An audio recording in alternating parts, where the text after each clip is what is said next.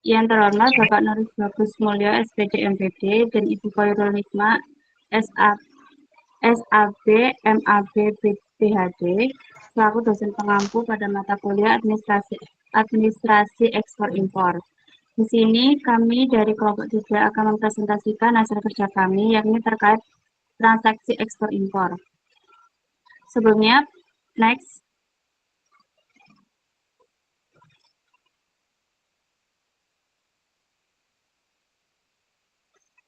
Perkenalkan terlebih dahulu anggota dari kelompok kami, yaitu yang pertama adalah saya, Aulia Sadila, dan rekan saya ada Nilam Dela, ada Novia Ainur, Muhammad Afif, Almeida Rohma, Zakia Iza, dan David Sofiansyah. Next.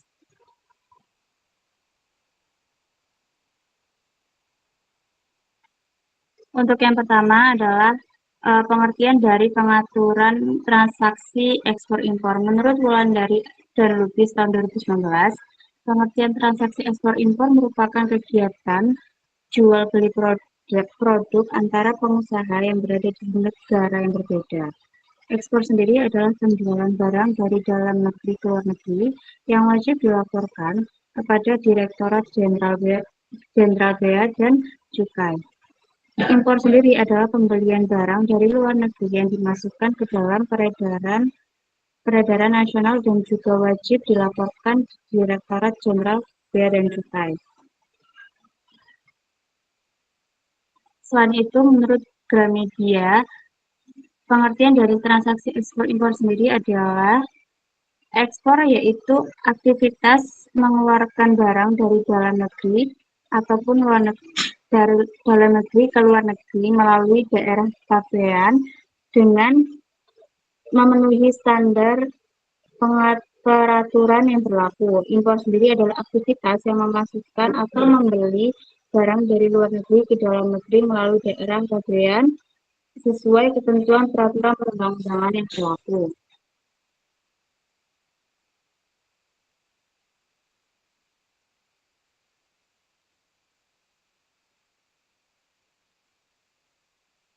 Berikut ini adalah peraturan transaksi ekspor-impor. Yang pertama, adanya transaksi ekspor-impor dilakukan dengan mengikuti prosedur resmi yang melibatkan bea cukai serta kepatuhan terhadap aturan perundang-undangan yang berlaku. Yang kedua, setiap barang yang akan diekspor atau diimpor memiliki ketentuan dan persyaratan tersendiri sesuai jenisnya. Yang ketiga, pemerintah menetapkan tarif pajak dan regulasi lain sebagai upaya mengendalikan arus barang dan melindungi produk dalam negeri. Yang keempat, pengaturan ini penting untuk menjaga keseimbangan neraca perdagangan, mendukung pembangunan ekonomi, dan melindungi kepentingan nasional. Peraturan transaksi ekspor-impor sendiri diatur dengan berbagai prosedur, termasuk pengawasan dari bea cukai. Barang yang diekspor dan diimpor harus memiliki ketentuan yang berlaku sesuai dengan jenis barangnya. Pemerintah menerapkan kebijakan seperti tarif pajak, pembatasan kuota, dan subsidi untuk mengatur arus perdagangan agar mendukung kestabilan ekonomi dan melindungi industri dalam negeri. Next.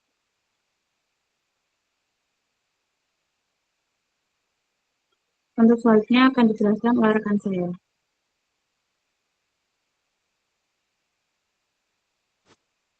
Baik, terima kasih. Saya akan melanjutkan tahapan dari perjanjian dasar transaksi ekspor dan impor. Yang pertama ada tahap prakontraktual, yakni merupakan berupa tahap awal penawaran oleh eksportir yang mencakup informasi barang, harga, mutu, kualitas, dan ketentuan lainnya. Jika importir setuju, akan terjadi kesepakatan untuk melanjutkan proses kontrak. Tahap ini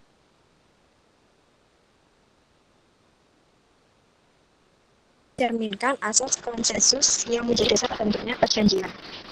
Ada tahap kontrak. Tahap ini merupakan kesepakatan yang dituangkan dalam syarat kontrak atau kontrak jual beli ekspor yang memuat uraian barang, harga, cara pembayaran, pelimpahan barang, waktu pengiriman, serta ketentuan risiko dan force majeure. Klausul force majeure penting untuk mengantisipasi risiko luar biasa seperti pandemi atau embargo perdagangan. Kemudian, tahap yang ketiga adalah tahap pelaksanaan kontrak. Setelah kontrak ditandatangani, proses produksi, pengiriman, dan pembayaran dilaksanakan sesuai isi kontrak. Pada tahap ini, penggunaan metode pembayaran seperti letter of credit menjadi instrumen utama untuk menjamin kepastian pembayaran, meskipun membutuhkan biaya tambahan.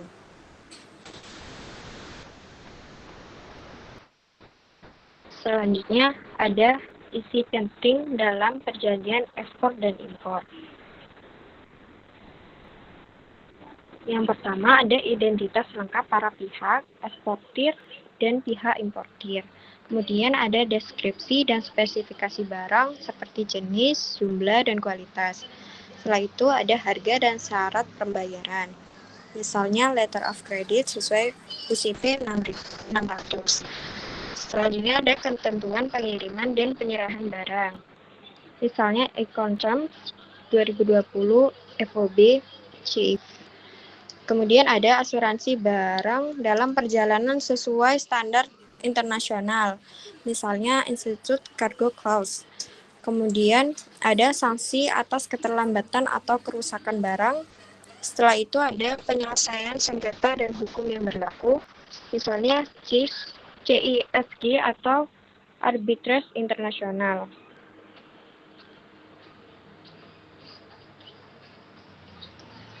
Ini merupakan contoh perjanjian surat perjanjian ekspor dan impor.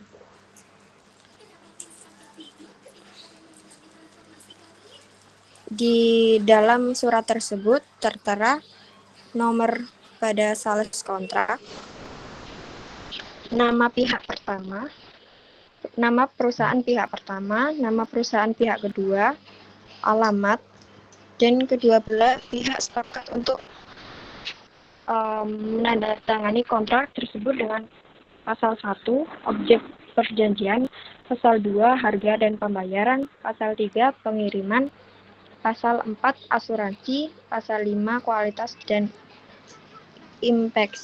inspeksi, pasal 6, force majeure, pasal 7, penyelesaian sengketa, dan pasal 8, penutup.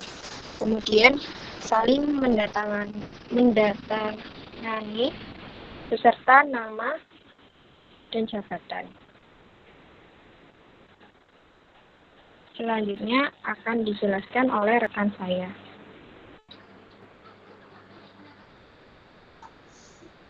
Baik, selanjutnya adalah cara pembayaran transaksi ekspor-impor.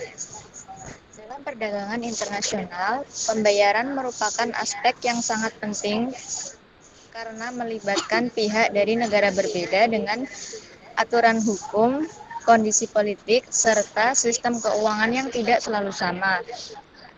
Eksportir menghadapi resiko tidak menerima pembayaran setelah barang dikirim, sementara importir menghadapi resiko sudah membayar tetapi barang tidak dikirim atau tidak sesuai kontrak.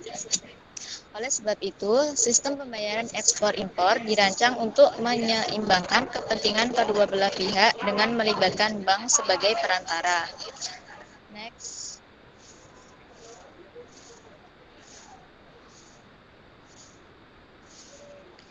Kemudian adalah metode pembayaran dalam transaksi ekspor-impor. Yang pertama ada cash in advance atau CIA atau advance payment.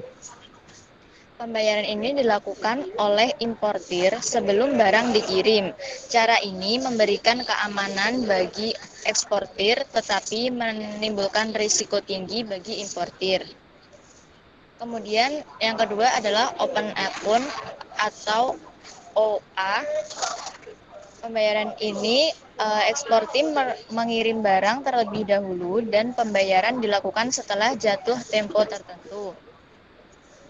Misalnya 30 hingga 90 hari.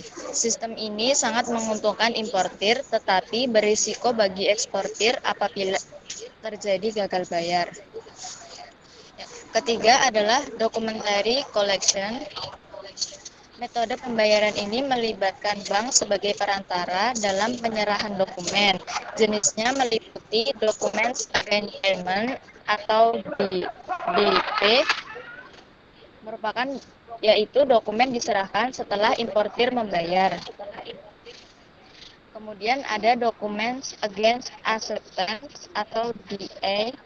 Dokumen diserahkan setelah importir setuju membayar di kemudian hari. Metode ini dianggap lebih aman daripada open akun, tetapi memiliki risiko gagal bayar. Kemudian yang keempat adalah letter of credit atau LC konvensional. Dalam sistem ini, bank importir menjamin pembayaran kepada eksportir sepanjang dokumen yang disyaratkan sesuai dengan ketentuan LC.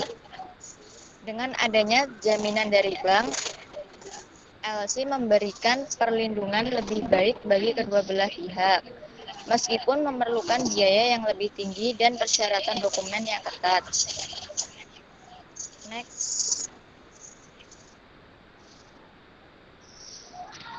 Selanjutnya adalah faktor penentu pemilihan metode pembayaran. Yang pertama adalah risiko negara dan politik.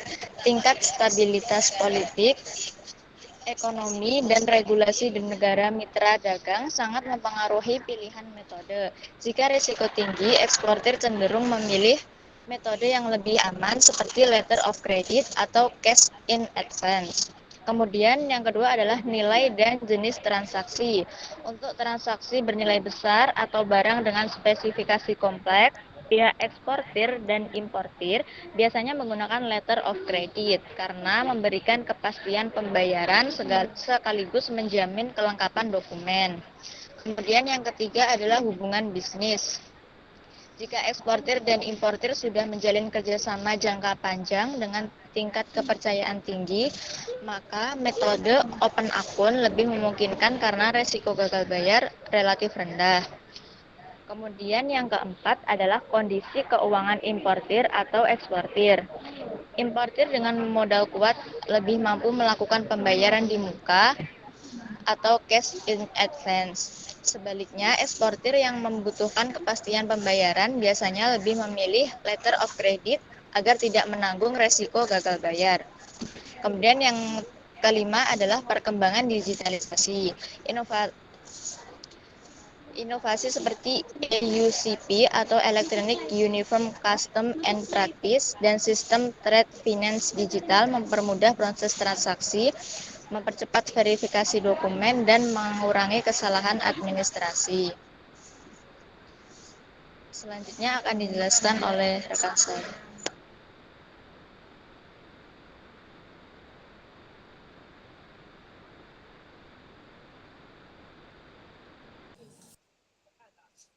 Selanjutnya yakni pembiayaan impor dengan letter of credit syariah.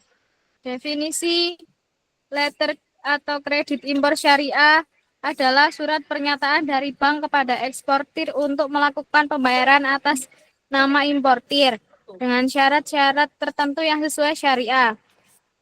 Akad-akad yang digunakan meliputi wakalah bil ujrah, qard murabahah, salam atau istina, mudarobah, musyarakah, hawalah, dan al-ba'i. Khusus untuk ekspor juga termasuk murabahah, musyarakah, dan al-ba'i. Next.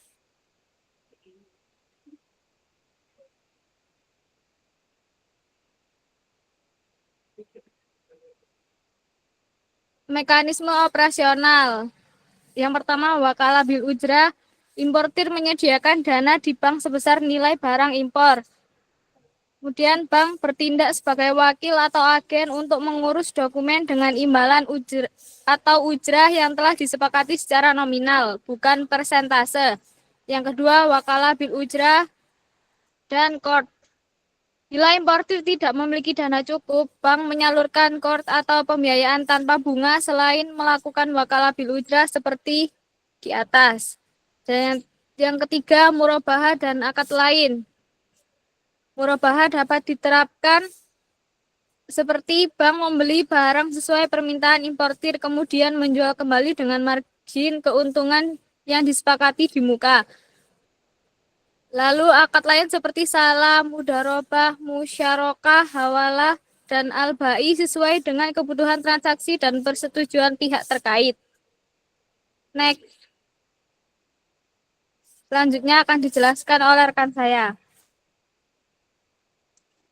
Baik, selanjutnya terkait alur dasar LC ekspor syariah. Nah, yang pertama terdapat kontrak jual beli antara eksportir dan importir dalam menetapkan term pembiayaan via LC. Yang kedua, issuing bank di negara importir menerbitkan LC, advising atau confirming bank syariah di negara eksportir memberi advis atau konfirmasi kepada eksportir. Yang ketiga, eksportir mengapalkan barang dan menyerahkan dokumen berupa BL, invoice, packing list, CO, dan lain-lain ke bank syariah untuk negosiasi sesuai syarat dari LC. Yang keempat, bank syariah memeriksa kesesuaian dokumen. Bila sesuai, maka bank melakukan pembayaran atau negosiasi atas beban issuing bank atau memberi pembiayaan syariah sementara, misalnya seperti KOR. Yang kelima adalah issuing bank menerima dokumen, mendebet importir, dan menyelesaikan pembayaran ke bank syariah atau eksportir. Next.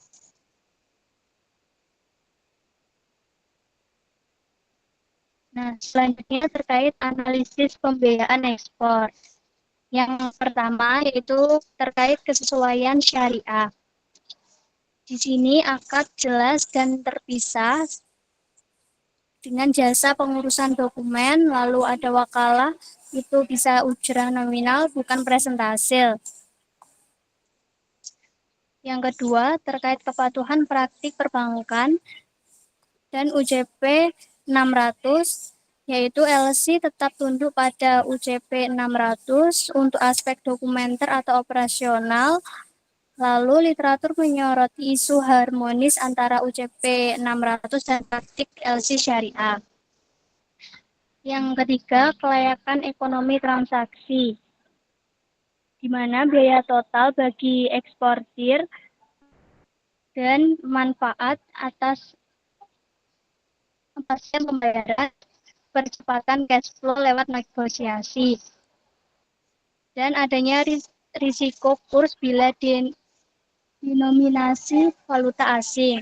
Yang keempat adalah analisis resiko dan mitigasi, yaitu analisis resiko dokumen, seperti mitigasi, pelatihan staf dokumen, pre-checklist, dan standar internal.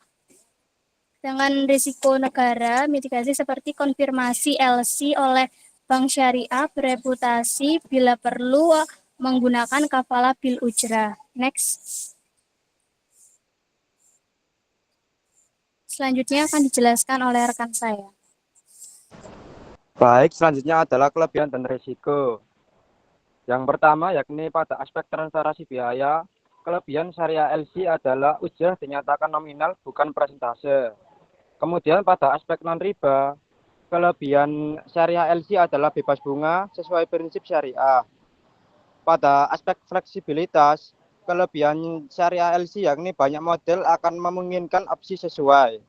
Yang terakhir pada aspek keamanan transaksi, kelebihan syariah LC yakni LC tetap menjamin pembayaran berdasarkan dokumen. Selanjutnya yakni resiko dan tantangan. Kompleksitas operasional dan internalisasi akad, yakni bank syariah harus memastikan tiap akad dijalankan sesuai dengan fatwa. Misalnya, hold benar-benar tanpa bunga dan jelas perjanjiannya. Perlu edukasi kepada importir tentang akad dan risiko masing-masing skema. Potensi matchmaking dengan syarat internasional UCP 600 sehingga memerlukan harmonisasi internal prosedur dan standar operasional. Next.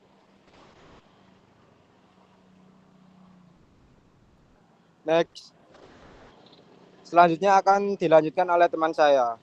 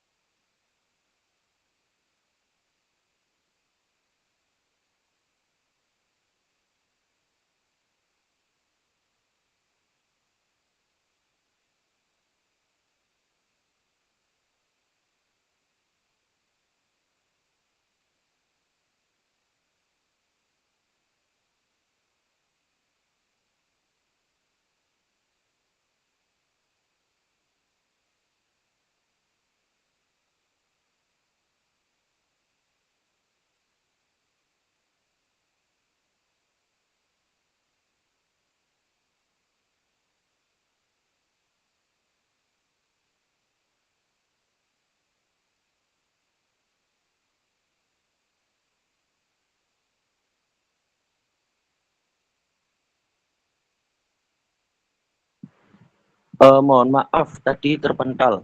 Saya lanjutkan mengenai studi kasus, yaitu pada bulan Juli sampai Agustus tahun 2025, Amerika Serikat resmi menetapkan tarif impor sebesar 19% terhadap barang asal Indonesia. Kebijakan ini menimbulkan kontroversi dan guncangan besar karena pasar Amerika Serikat selama ini telah menyerap lebih dari 60% ekspor udang dari Indonesia dengan nilai mencapai sekitar 1,6 miliar US dollar pada tahun 2024. Meski tarif tersebut lebih rendah dibandingkan negara lain, meski tarif tersebut lebih rendah dari ancaman awal yang bisa mencapai 32%, tapi tetap saja membuat produk Indonesia kehilangan daya saing dibandingkan negara lain seperti Ekuador yang hanya dikenai tarif sebesar 15%. Dampak ini langsung terasa di kalangan petambak dan juga eksportir. Seorang petambak di Jawa Barat bahkan harus membatalkan rencana ekspansi tambak baru karena pesanan dari Amerika berkurang drastis.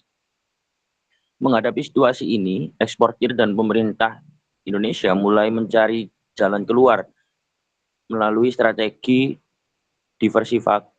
diversifikasi pasar. Cina menjadi target utama karena selama ini hanya menyerap sekitar 2% ekspor udang dari Indonesia, sehingga peluang masih terbuka lebar. Selain itu, negara-negara seperti Uni Eropa, Korea Selatan, Timur Tengah, dan juga Malaysia mulai dilirik sebagai alternatif untuk mengurangi ketergantungan pada pasar Amerika Serikat. Upaya peningkatan nilai tambah produk juga mulai digalakan, misalnya dengan mengembangkan produk olahan seperti udang beku siap saji yang bernilai jual lebih tinggi. Lebih jauh, isu ini tidak hanya menyangkut perdagangan, tetapi juga diplomasi ekonomi Indonesia. Pemerintah didorong untuk memperkuat negosiasi bilateral agar tarif dapat ditekan kembali, sekaligus menyiapkan skema pembiayaan ekspor yang lebih aman, termasuk melalui mekanisme letter of credit syariah untuk membantu eksportir kecil. Dari sisi sosial, kebijakan tarif ini berpotensi memicu masalah di daerah pesisir, seperti meningkatkan pengangguran dan turunnya kesejahteraan masyarakat. Dengan demikian, tarif Amerika Serikat yang sebesar 19% terhadap udang di Indonesia menjadi studi kasus penting yang menggambarkan betapa eratnya keterkaitan dan keterikatan antara kebijakan dagang internasional dengan stabilitas ekonomi dan sosial dalam negeri. Next.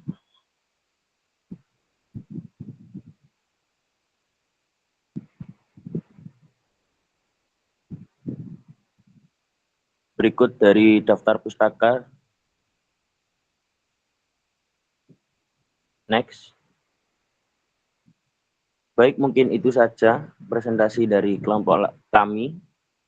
Apabila ada salah kata, mohon dimaafkan. Mungkin dari teman-teman ada yang mau bertanya, dipersilakan untuk raise hand.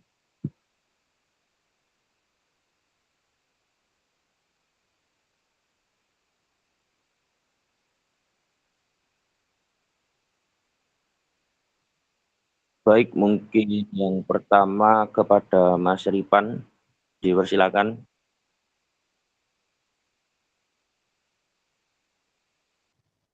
Baik, terima kasih atas kesempatan dan waktunya Mas Afif. Di sini saya ingin bertanya pada slide mekanisme operasional, yaitu dalam mekanisme operasional pembiayaan impor berbasis syariah terdapat 3 skema, yaitu yang utama makalah bil ujrah, wakalah bil ujrah dan kodrah, serta murabahah dan akad lain. Pertanyaan saya, bagaimana implikasi perbedaan ketiga skema ini terhadap resiko bank, keberlanjutan bisnis importir, dan prinsip keadilan dalam transaksi. Kemudian jelaskan dengan menimbang aspek keuangan, kepatuhan syariah, dan kepentingan para pihak yang terlibat. Apakah sudah jelas, Mas Afif? Insya Allah sudah jelas. Baik, terima kasih. Baik, terima kasih Mas Ripan. Terus kemudian pertanyaan kedua dipersilahkan kepada Mbak Firda.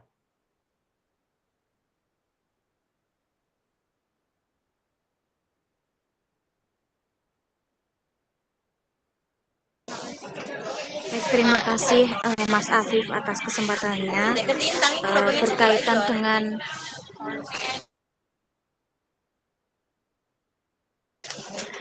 berkaitan dengan peraturan dan juga kebijakan ekspor impor yang tadi sempat dijelaskan. Banyak sekali peraturan dan juga kebijakan ekspor impor yang seringkali menimbulkan tantangan besar bagi pelaku bisnis yang ada di Indonesia. Nah, salah satu contohnya yaitu pada UMKM batik yang seringkali mendapatkan pesanan kecil dari luar negeri. Namun untuk setiap pengirimannya, mereka itu harus berhadapan dengan birokrasi yang sama rumitnya seperti menangani perusahaan besar.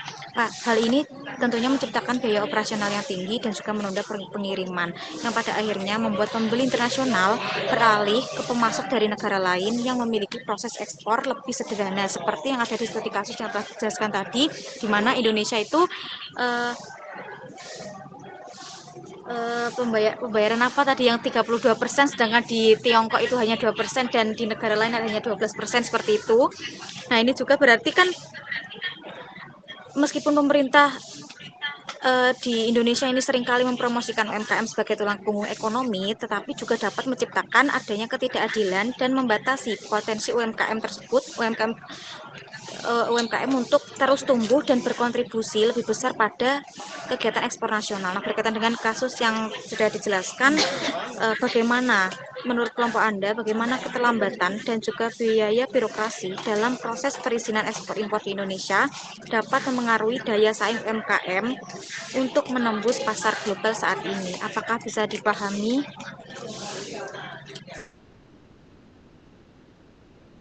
Bisa. Terima kasih.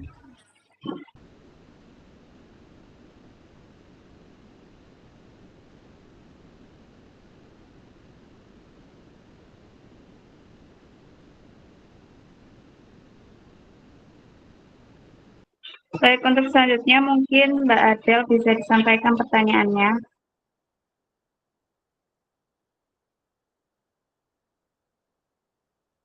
Baik, terima kasih atas waktu yang telah diberikan. Jadi sebelumnya perkenalkan, saya Nandara Kiladelia dengan NIM akhir 016. Jadi untuk pertanyaan yang akan saya tanyakan dari kelompok ini yaitu dari materi yang telah disampaikan, kan dijelaskan nih bahwa sistem pembayaran dirancang untuk menyeimbangkan kepentingan eksportir dan importir. Sehingga dalam kasus pembayaran dengan documentary collection, eksportir mengirimkan dokumen kepada bank untuk dikirimkan kepada importir. Lalu bagaimana skema ini memitigasi resiko bagi kedua belah pihak dibandingkan dengan metode yang lebih sederhana seperti cash in advance atau open account? Terima kasih. Saya kembalikan kepada kelompok 3. Baik, terima kasih atas pertanyaannya Mbak Adel. Untuk selanjutnya mungkin bisa disampaikan Mas Andri pertanyaannya.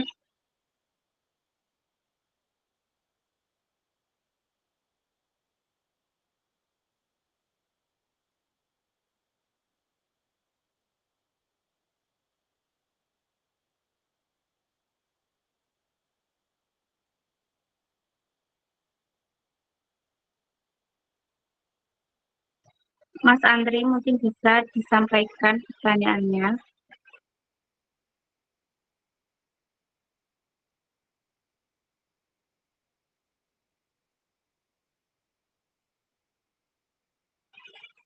Baik, sambil menunggu Mas Andri, mungkin Mbak Erlina bisa menyampaikan pertanyaannya. Baik, terima kasih atas kesempatannya. Jadi dalam materi yang bahwa mekanisme letter of credit atau LRC syariah tidak hanya memberikan jaminan pembayaran berbasis dokumen, tetapi juga memastikan prinsip transparansi, bebas riba, dan fleksibilitas melalui berbagai akad seperti wakala bil ujrah, qard, maupun murabaha, manajemen risiko dalam menghadapi perekonomian. Hal ini menunjukkan bahwa pembiayaan ekspor memiliki peran penting untuk mengurangi risiko gagal bayar, memperkuat kepercayaan antara eksportir dan importir, serta menjaga keberlanjutan perdagangan internasional. Dari pernyataan tersebut, jelaskan bagaimana mekanisme pembiayaan ekspor, khususnya melalui letter of credit atau LRC syariah, berperan dalam memitigasi risiko transaksi internasional bagi eksportir kecil maupun besar. Terima kasih.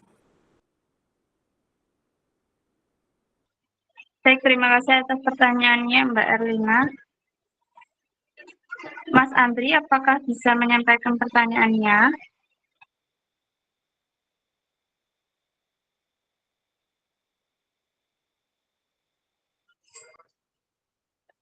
Permisi, apa saya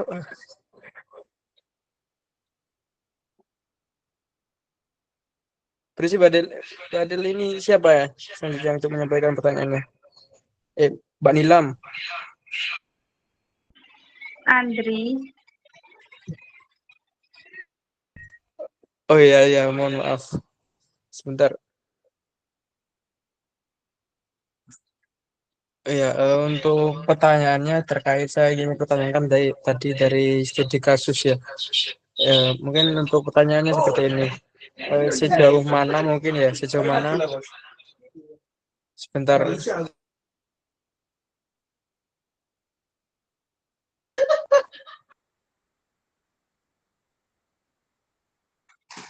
Ya, mohon maaf ya, saya mungkin bisa mengulangi lagi untuk pertanyaannya. Sejauh mana kenaikan tarif impor dari AS ya terhadap udang tadi, jadi Indonesia ini bisa apa ya, dampak dari tarif impor tadi terhadap Indonesia ini bisa mempengaruhi ketahanan ekonomi pada masyarakat pesisir begitu ya, yang dimana bergantung pada sektor perikanan dan lain-lain gitu. Dan apa langkah mitigasi mungkin jangka pendek yang sebaiknya dilakukan menurut kelompok kalian? Begitu. Apakah bisa dipahami? Bisa Mas Andri. Ya, terima kasih. Baik, terima kasih pertanyaannya yang sudah disampaikan. Mohon izin untuk memberikan waktu pada kelompok kami untuk berdiskusi terlebih dahulu.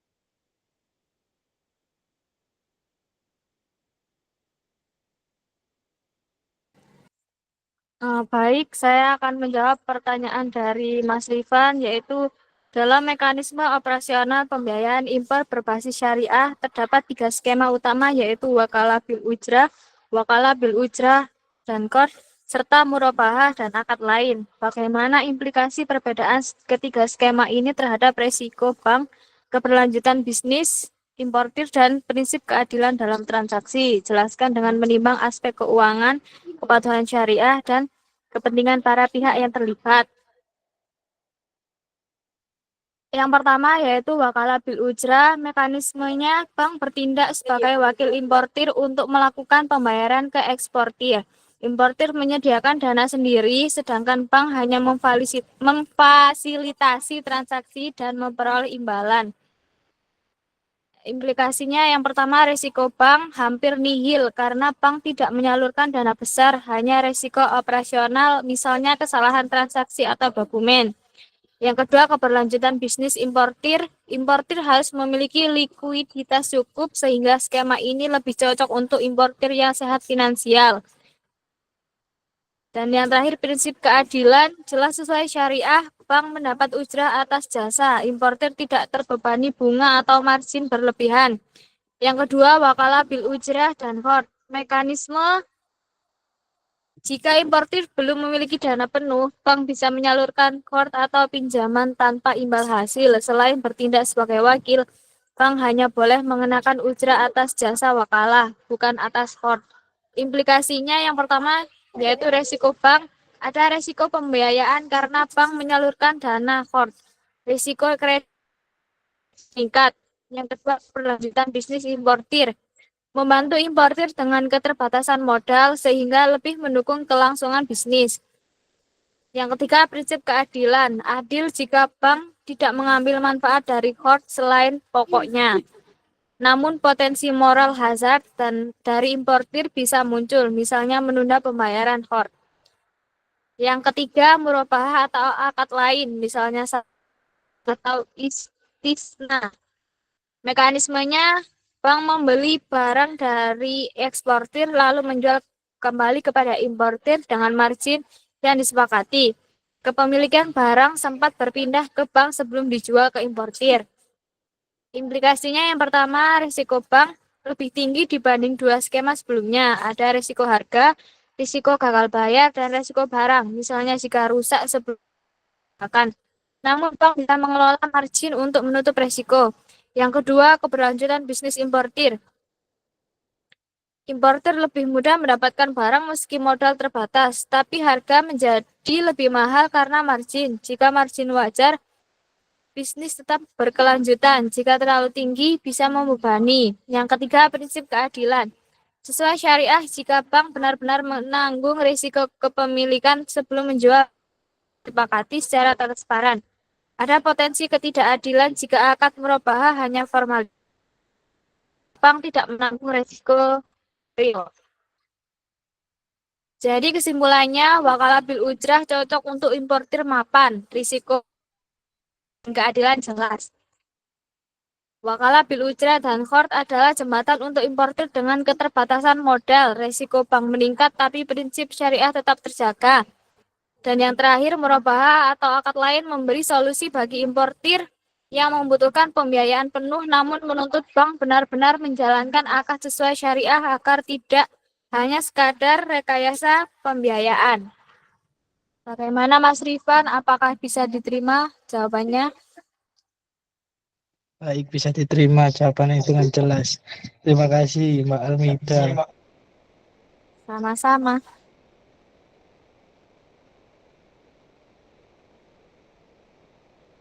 Baik, selanjutnya saya akan menjawab pertanyaan dari Mbak Firda terkait bagaimana keterlambatan dan biaya birokrasi dalam proses perizinan ekspor-impor di Indonesia mempengaruhi daya saing UMKM untuk menembus pasar global.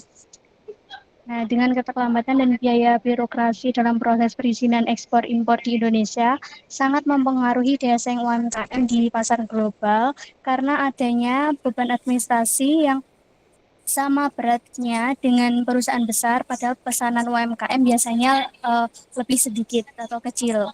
Yang kedua, adanya biaya operasional meningkat karena banyak prosedur dan pungutan yang harus dipenuhi.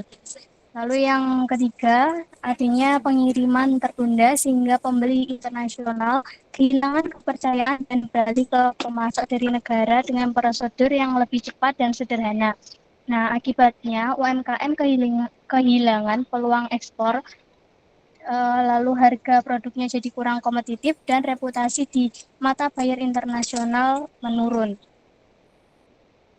Apakah sudah dapat menjawab, Mbak Firda? Iya, sudah cukup Mbak Nila. Terima kasih.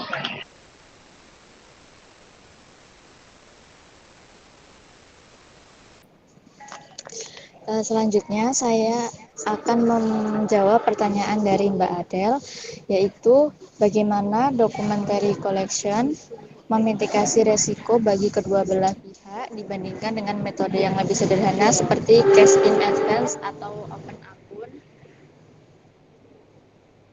Kalau dalam cash in advance, importir menanggung resiko terbesar karena harus membayar penuh sebelum barang dikirim. Jadi, kalau barang tidak sesuai atau tidak dikirim, importir yang akan rugi. Dan sebaliknya, dalam open akun, justru eksportir yang menanggung resiko karena barang sudah dikirim duluan tapi belum tentu dibayar. Nah, documentary collection berada di tengah sebagai perantara. Eksportir tetap mengirim barang, tapi dokumen untuk persyaratan yang menjadi kunci untuk mengambil barang diserahkan ke bank. Bank hanya menyerahkan dokumen itu ke importir setelah melakukan pembayaran atau berjanji membayar pada waktu tertentu. Dengan begitu, eksportir lebih terlindungi daripada open akun karena importir tidak bisa ambil barang tanpa adanya dokumen tersebut.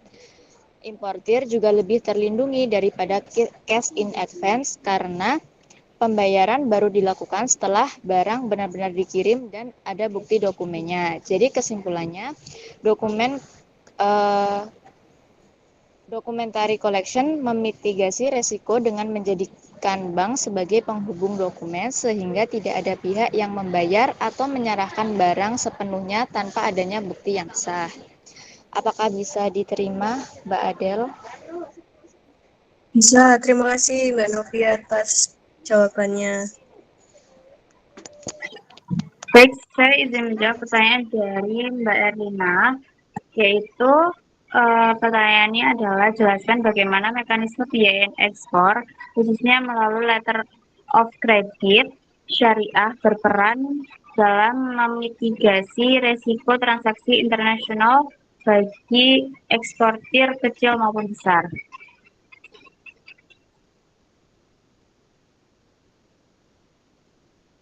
Jawaban saya adalah mekanisme pembiayaan ekspor melalui letter of credit syariah berperan penting dalam memitigasi resiko transaksi internasional bagi eksportir kecil maupun besar dengan cara meliputi jaminan pembayaran yang terpercaya.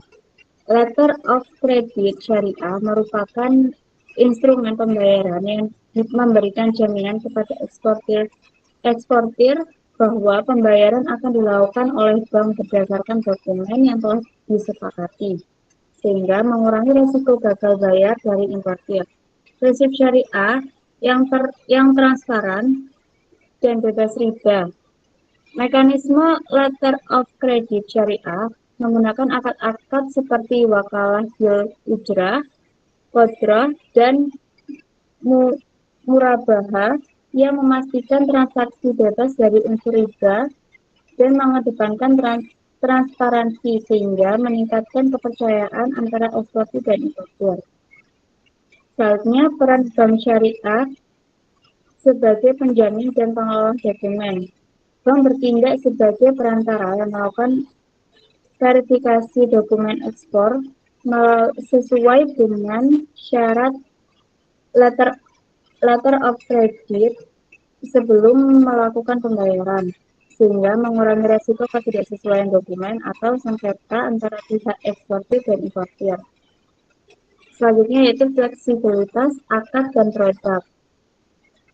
Adanya berbagai akad yang dapat dipilih sesuai kebutuhan transaksi memungkinkan eksportir untuk menyesuaikan pembiayaan dengan kondisi usahanya, baik bagi eksportir kecil maupun besar, yakni untuk menjaga keberlanjutan perdagangan internasional. Dengan demikian, letter of credit syariah tidak hanya memitigasi risiko gagal bayar, tetapi juga memperkuat hubungan bisnis yang sehat dan sesuai syariah antar eksportir dan importir, memberikan kepastian pembayaran, dan mengurangi risiko finansial dalam transaksi ekspor-impor. Apakah bisa diterima, Mbak Erlina? Baik, bisa diterima. Terima kasih. Sama-sama. Baik, selanjutnya saya akan menjawab pertanyaan dari Mas Andri. Pertanyaannya, sejauh mana kenaikan tarif impor Amerika Serikat terhadap udang Indonesia bisa memengaruhi ketahanan ekonomi masyarakat pesisir yang bergantung pada sektor perikanan? Dan apa langkah mitigasi jangka pendek yang sebaiknya dilakukan menurut kelompok kami? Jawabannya, setelah kami diskusikan, kenaikan tarif impor udang sangat berdampak signifikan pada ketahanan ekonomi masyarakat pesisir di Indonesia. Dampak yang paling utama dirasakan oleh nelayan, budidaya, dan pekerja di sektor pengolahan udang yang pendapatannya sangat bergantung pada ekspor ke Amerika Serikat. Kenaikan tarif ini juga akan membuat harga udang di Indonesia di pasar Amerika sangat menjadi lebih mahal. Akibatnya permintaan udang menjadi menurun, dan ini bisa menyebabkan penurunan harga di tingkat lokal. Penurunan harga ini secara langsung akan mengurangi pendapatan para pelaku usaha di perikanan di pesisir, yang pada akhirnya dapat mengganggu stabilitas ekonomi rumah tangga mereka. Kemudian beberapa langkah mitigasi jangka pendek yang bisa dilakukan diantaranya, yang pertama, pemerintah dan eksportir harus mencari pasar alternatif lain selain Amerika, misalnya negara-negara Eropa, Tiongkok, atau Jepang. Dengan demikian, risiko akibat kebijakan dagang suatu negara bisa diminimalkan. Yang kedua, para pembudidaya dan pengelola udang harus meningkatkan efisiensi produksi dan kualitas produk. Udang yang berkualitas tinggi akan lebih kompetitif dan memiliki nilai jual yang lebih baik, bahkan di tengah persaingan harga. Kemudian yang ketiga, mendorong konsumsi udang di dalam negeri. Pemerintah dapat meluncurkan kampanye untuk meningkatkan kesadaran masyarakat akan manfaat udang lokal, sehingga pasar domestik bisa menyerap lebih banyak hasil tangkapannya. Selanjutnya, ada bantuan langsung dari pemerintah kepada nelayan dan pembudidaya yang terkena dampak, misalnya melalui subsidi pakan atau program modal kerja untuk membantu mereka bertahan di masa sulit. Jawaban dari kelompok kami apakah bisa dipahami oleh Mas Andri? Iya, baik. Bisa dipahami, bisa diterima, Mbak. Terima kasih. Sama-sama.